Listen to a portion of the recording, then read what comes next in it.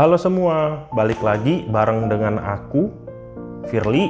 Nah, pada kesempatan video kali ini aku mau ngebahas tentang bengkak. Kenapa? Karena banyak banget yang bertanya sama aku, kayak aku lagi bengkak nih, kira-kira sembuhnya berapa lama ya? Atau aku lagi bengkak nih, bahaya nggak ya? Dan juga teman-teman itu sangat kayak takut banget dengan namanya bengkak. Sebenarnya itu apa? Kita bahas bareng-bareng ya.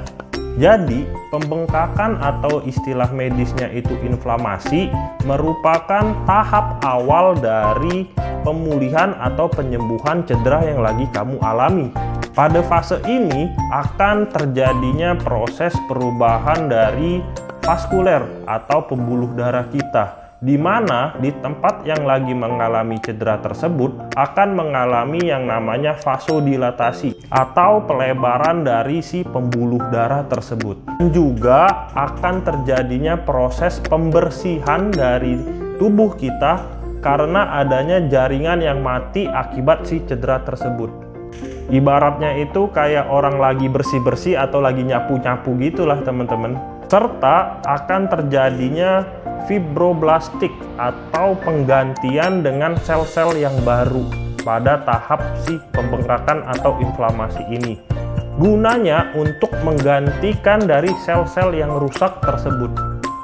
Proses ini diharapkan akan menstimulus dari si penyembuhan kita teman-teman. Dan juga fase ini atau bengkak dan inflamasi ini berlangsung selama 4-6 hari teman-teman. Jadi nggak terlalu lama juga. Apa sih tanda-tandanya kalau kita lagi mengalami bengkak? Itu biasanya akan terjadi pembesaran pada daerah cedera yang pertama.